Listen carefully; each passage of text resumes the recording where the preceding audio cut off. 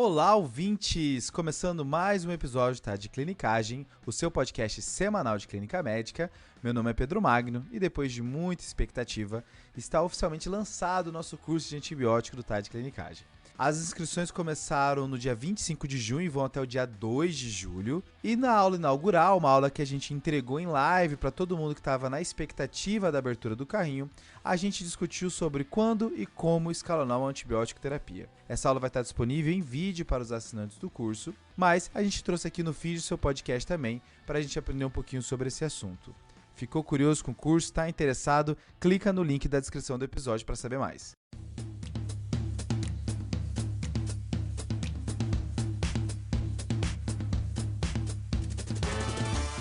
Olá, pessoal! Começando a nossa aula extra aqui do curso de antibiótico. Uma aula, né, Fred, que a gente vai usar para inaugurar aqui o curso, né? Isso, Pedro. A gente montou o curso de antibiótico do TDC finalmente e o lançamento é agora. Exato, Fred. Então, a gente pegou essa aula aqui para a gente poder falar uma dúvida que é muito comum.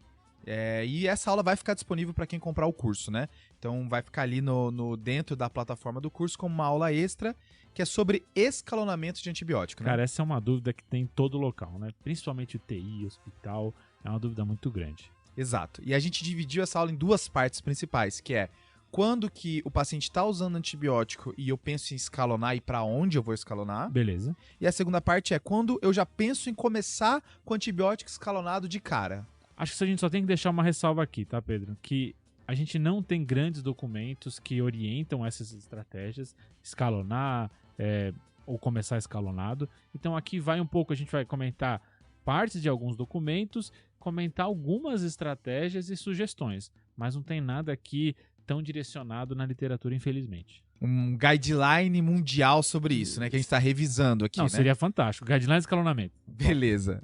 Então, acho que é bom encarar essa aula como um grande agrupado de dicas e de informações que a gente pode ajudar quem estiver nos ouvindo, né? Exato. E aí, então, vamos começar com aquele paciente que tá usando antibiótico e você não tá melhorando e você vai pensar em escalonar, né? Pedro, nessa situação onde um paciente tem uma infecção bacteriana e que não está melhorando com o antibiótico adequado, eu tenho 3 cenários principais. O primeiro é, errei o diagnóstico. Então, achei que era uma infecção, mas não era. Até porque, por mais que o curso nosso seja de antibiótico terapia, o TDC ele é pautado em raciocínio clínico, Exato. diagnóstico diferencial. Então, às vezes, você está achando que é um quadro de pneumonia, mas na real é uma insuficiência cardíaca descompensada. Ou você está achando que é uma pielonefrite, mas é um cálculo renal. Então, pensar que na real pode não ser infeccioso, pode ser um outro diagnóstico, né? Isso, então essa é a primeira coisa que eu tenho que pensar. Será que eu fiz o diagnóstico correto? Segunda coisa, será que... Não, eu fiz o diagnóstico correto, mas ele tem uma complicação associada. Aqui é tipo pensar que o antibiótico está correto, o diagnóstico está correto, mas o paciente está demorando para melhorar porque existe um foco que não está sendo controlado, por exemplo, né? Então, aqui a situação mais clássica são abscessos. O paciente está com o antibiótico correto, mas é um abscesso pulmonar, por exemplo. E aí vai demorar mais para recuperar ou até precisa fazer algum procedimento para resolver. Abscesso renal também pode fazer uma situação parecida, abscesso cutâneo.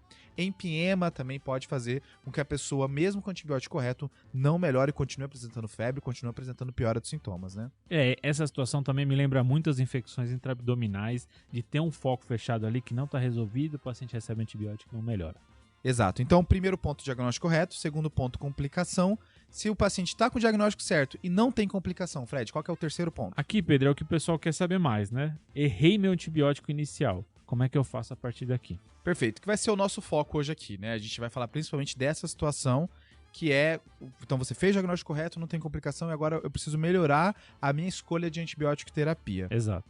Que durante todo o curso a gente vai falar sobre escolha de antibiótico terapia, como escolher de maneira correta, e é principalmente nesse contexto, né, Fred, que é sobre terapia empírica. Exato. Onde você não sabe qual é o bicho, você tá pegando algumas informações.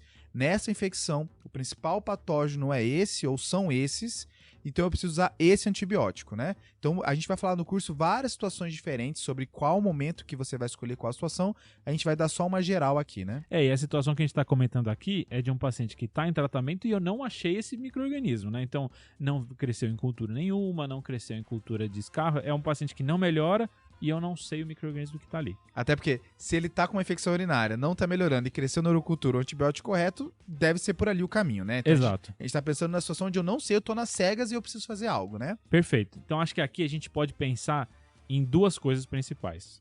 Ou eu esqueci de cobrir um micro-organismo que já era para cobrir, ou aqui tem um micro-organismo resistente que eu tenho que lembrar de cobrir. A gente falou no nosso módulo inicial, Fred, que existem 4 grupos principais de bactérias que a gente dividiu o nosso curso pensando no como cobrir e quando cobrir sobre decisão de antibiótico. Isso. Então a gente falou sobre os atípicos, sobre os anaeróbios, sobre os gram-positivos e os gram-negativos, né? Eu imagino que os primeiros 2, os atípicos e anaeróbios, são esses que você falou sobre esquecer de cobrir, né? Acho que eles são sempre a vítima aí da gente esquecer. Então, especialmente os atípicos na pneumonia e os anaeróbios nas infecções intraabdominais. Acho que são esses 2 grandes cenários em que a gente tem que lembrar dessa cobertura. Pensando em exemplos, né? O exemplo da pneumonia atípica aqui é aquele paciente que já tá com antibiótico terapia para pneumonia com piperacilina com tazobactam, com meropenem e esqueceu o macrolídeo para cobrir um atípico, né? Sendo que esses antibióticos têm uma cobertura excelente, bem ampla, não cobrem atípicos, né? Então aqui você precisa ter acrescentado em algum momento que eu posso ter infecções graves por essas bactérias. Especialmente legionela aqui, né, Pedro? Que a gente até comentou no curso. Perfeito, Fred. E eu acho que a anaeróbia é principalmente lembrar quais antibióticos cobre, quais antibióticos não cobrem. Vai ter uma aula específica sobre a anaeróbia pra gente lembrar disso. Mas e na situação onde eu estou pensando em cobrir uma infecção por gram positivo e o paciente não está melhorando? Nos gram positivos, Pedro, acho que o grande problema são os cocos gram positivos, e especialmente 2 aqui. Staphylococcus aureus, que pode ser resistente aos beta-lactâmicos, é o famoso MRSA, e o enterococo, que já é difícil de tratar, tem vários antibióticos que acabam não pegando ele. Então acho que são as 2 coisas que a gente tem que pensar quando a gente está falando de infecções por cocos gram-positivos. Então beleza, se eu estou pensando em infecções causadas por cocos gram-positivos aqui, por exemplo, infecção de pele, que não está melhorando, uma pergunta que eu preciso fazer é, estou cobrindo MRSA ou não, né? Exato. E aí aqui a cobertura principal vai ser com vancomicina, certo? Isso, acho que esse é o primeiro passo de escalonamento numa infecção por cocos gram-positivos. Estou cobrindo MRSA ou não? O segundo passo, e aqui principalmente para infecções de pele, será que eu devo cobrir um gram-negativo que eu não cobri no começo? Porque como a gente comentou no primeiro módulo, as infecções de pele são quase exclusivamente causadas por cocos gram-positivos, Streptococcus e Staphylo. Mas em alguns cenários especiais pode ter infecção por gram-negativo, então esse seria um segundo passo aqui.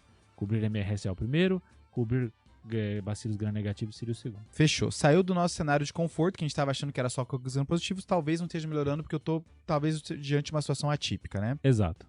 E quando a gente está falando sobre os gram-negativos aqui, Fred, para completar os 4 grupos? Pedro, o grande problema aqui dentro dos gram-negativos são os bacilos gram-negativos. E acho que a gente pode começar aqui falando como é que é a cobertura deles inicial. E aqui a gente vai estar falando principalmente em infecções urinárias, infecções intraabdominais e um pouco de infecção pulmonar também aqui, né? Exato. Aqui a minha cobertura inicial, ela vai ser principalmente por cefalosporina, segunda, terceira geração, ou até por penicilinas com inibidor de beta-lactamase. Mas acho que o mais comum da gente ver são as cefalosporinas de terceira geração, principalmente ceftriaxona. Famosa, né? Exato. Famosa.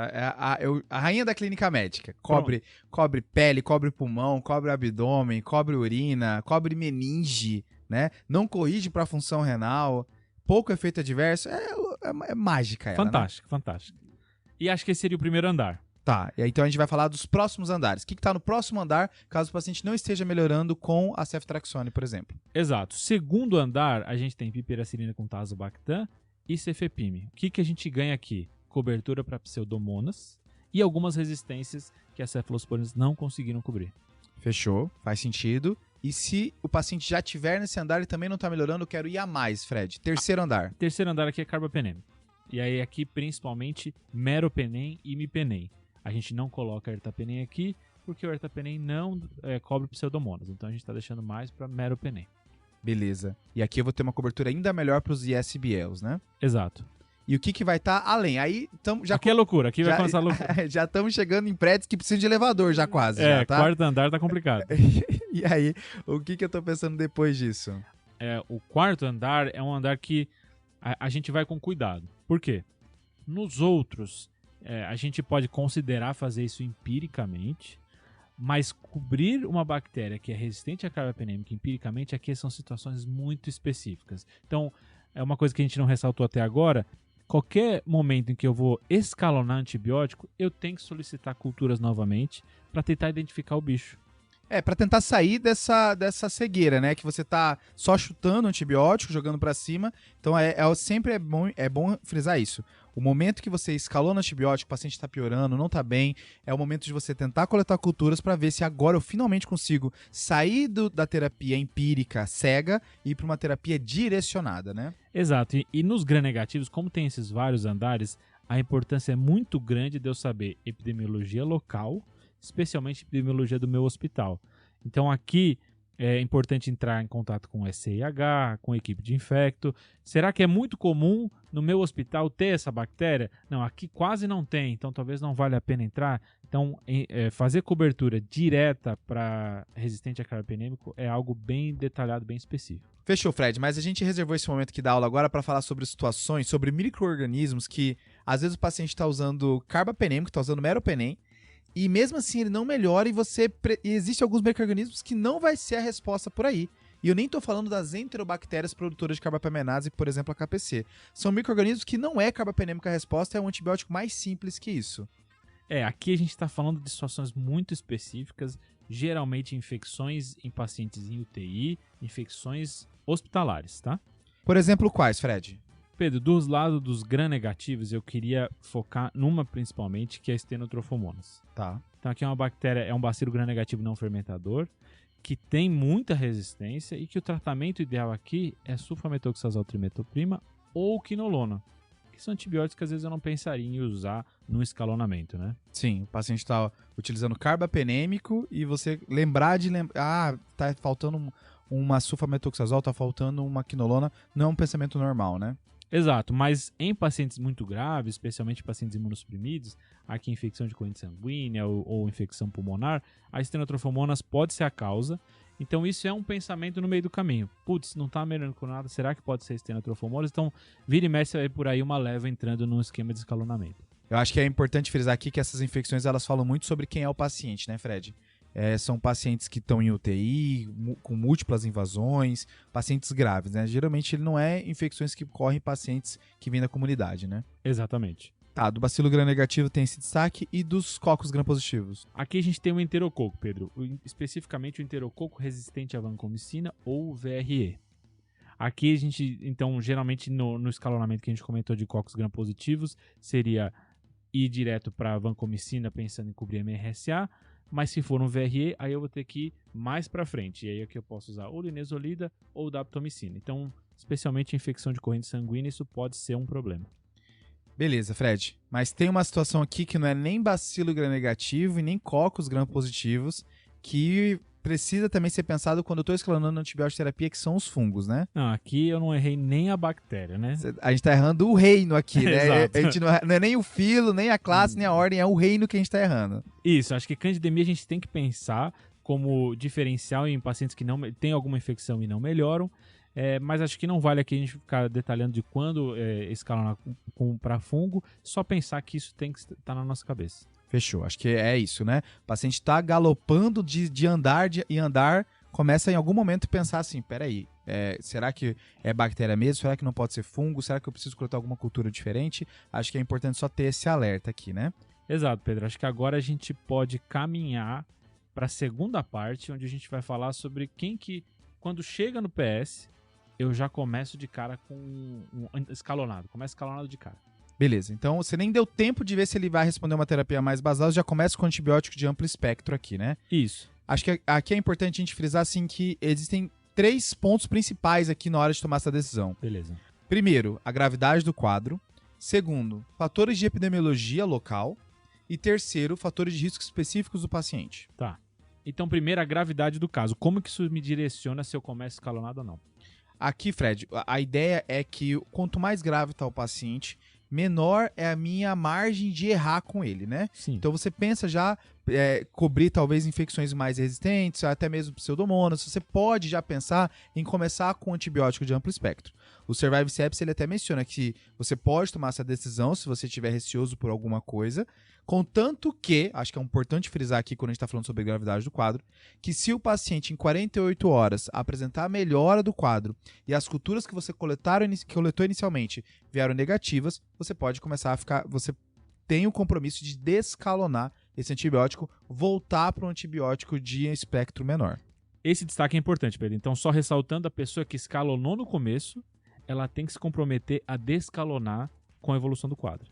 Exato. Acho que é mais sobre o que o médico do dia seguinte vai conseguir fazer do que o médico que estava diante do paciente grave e na dúvida se precisaria começar a entrar com amplo espectro ou não, tá? Então, acho que esse é um ponto inicial. Beleza. O segundo fator que você precisa considerar aqui é fatores de epidemiologia local. E aqui a gente até vai falar exemplos que a gente até usava e parou de usar. E talvez a gente comece a encarar como cada vez mais escalonar, né? Tipo o quê? Por exemplo, a gente utilizava antes quinolonas para as infecções urinárias. Hoje a gente não utiliza mais. E aí, muitas vezes na pielonefrite, a gente tem que optar já por antibióticos intravenosos, como ceftriaxone. Isso a gente comenta bem na aula de infecção urinária do curso, né? Exato. Outra coisa é que a gente tem a recomendação de que se infecções intraabdominais, a Escherichia coli já tem uma resistência acima de 10% do antibiótico que você considera basal, que aqui pode ser a ceftriaxona, se tiver acima de 10% de resistência, você já tem que começar a pensar em trocar, em mudar o antibiótico e ir para outro, talvez já começar escalonado nesse cenário. Aí, então vai mudar dependendo do local que você estiver trabalhando. Acho legal, Pedro, falar aqui onde que eu encontro esses dados, né? Então, existe os dados do seu próprio hospital, existem dados regionais e às vezes a gente até dados nacionais de grandes estudos. A gente até comenta na nossa aula de pneumonia e de meningite que a gente tem dados dessas infecções, mas das outras talvez nem tanto. Então, acho que o ideal é ficar de olho nos dois, tanto no seu hospital ou hospitais próximos e nos dados nacionais. Observar tendências, né, que estão acontecendo. Beleza, então, primeiro ponto, gravidade. Segundo ponto, epidemiologia local. Terceiro ponto, são fatores de riscos intrínsecos ao paciente. Aqui tem um que é muito importante, que é o paciente imunossuprimido. Sempre, né? Esse sempre é diferente. Esse aqui você vai precisar já pensar em cobrir MRSA, então pode já começar com vancomicina. Esse você vai pensar em cobrir pseudomonas, então já vai começar com antibiótico além da ceftriaxona. Então, esses são pacientes que, novamente, a minha margem de erro é muito pequena. Mesmo que eles estejam não graves no momento, mas eles podem ficar graves de maneira muito rápida. Então aqui a minha margem de erro reduz e eu preciso já começar já escalonado. Beleza. O raciocínio, por exemplo, da neutropenia febril, que mesmo sendo uma pneumonia, eu já começo com piperacillin-tazobactam ou cefepime, né? Acho que isso é mais forte, Pedro, para as imunossupressões mais graves, né? Isso. Leucemia, transplante, HIV grave. Agora, as imunossupressões relativamente mais leves, diabetes, etc., aí isso é um pouco mais discutível. Isso, a gente fica um pouco mais tranquilo, né? E outra coisa que é importante falar de fatores de riscos pessoais são pacientes que já foram colonizados por bactéria multiresistente, né? Então, acho que esse é o mais capcioso, né? Então você vê se o paciente teve internação recente e se nessa internação cresceu alguma bactéria específica, você vai precisar pensar em cobrir, tá? Enterobactérias, principalmente nos últimos 3 meses, pseudomonas aqui, geralmente é 1 ano, que a gente vai considerar como um tempo importante para você ainda lembrar de cobrir. Então, imunossupressão, ok. Colonização, é bom eu ir atrás, né, desses dados também para ver para o meu paciente. Agora, eu tenho 2 outros fatores que eu acho que eles são mais polêmicos, que é uso de antibiótico recente e internação recente. A questão aqui, Fred, é o seguinte. Esses pacientes que tiveram internação recente em ambiente hospitalar, principalmente UTI, e pacientes que usaram antibiótico, principalmente que de amplo espectro aqui, é recente também, esses pacientes, eles têm um risco maior de ter infecções com germes mais resistentes. Beleza. Mas não necessariamente a gente tem recomendação para já começar de cara a cobrir eles. Acho que um ponto aqui é entender a nossa primeira pergunta sobre a gravidade do quadro. O paciente está grave? Não está. Acho que um exemplo que a gente consegue ilustrar aqui é o Guideline de Pneumonia americano, que é de 2019, que ele fala essa seguinte frase: se o paciente teve hospitalização recente e está grave, você pode começar a cobrir empírico. Beleza. Mas se ele teve hospitalização recente e não está grave, aí não está em ambiente de UTI, necessitando de cada vez mais suporte, esse paciente você pode começar com a sua terapia padrão e culturar esse paciente, ir atrás para ver se vai crescer algum germe multiresistente. Então você ir com mais afinco atrás se esse paciente devia estar sendo coberto ou não, mas como ele não tá grave, eu posso esperar um pouquinho mais. Beleza, e se ele não melhorar, ele vai entrar naquela discussão que a gente fez agora há pouco. Se eu achar algum micro-organismo, eu já vou direto nele. Exato. E se ele ficar grave nesse período, tá internado e ficou grávida e tá começando a piorar por algum motivo, aí eu vou entrar nos andares que a gente mencionou, né? Perfeito. Então esses dois, acho que eles são mais um adjuvante ao restante do quadro clínico, né? Eles não são tão sim ou não, eles estão ali ajudando a gente a entender o paciente. E manter um alerta, né? Talvez esse antibiótico aqui eu possa começar padrão porque ele tá bem, mas qualquer sinal eu posso pensar em escalonar. Perfeito. Com isso, eu acho que a gente encerra a nossa aula extra, aula bônus, aula de introdução, aula de inauguração, o que quiser a gente chamar, e mandar pro pessoal agora começar a assistir o curso mesmo, né? Bora. Esse podcast tem como objetivo educação médica. Não utilize como recomendação. Para isso, procure o seu médico.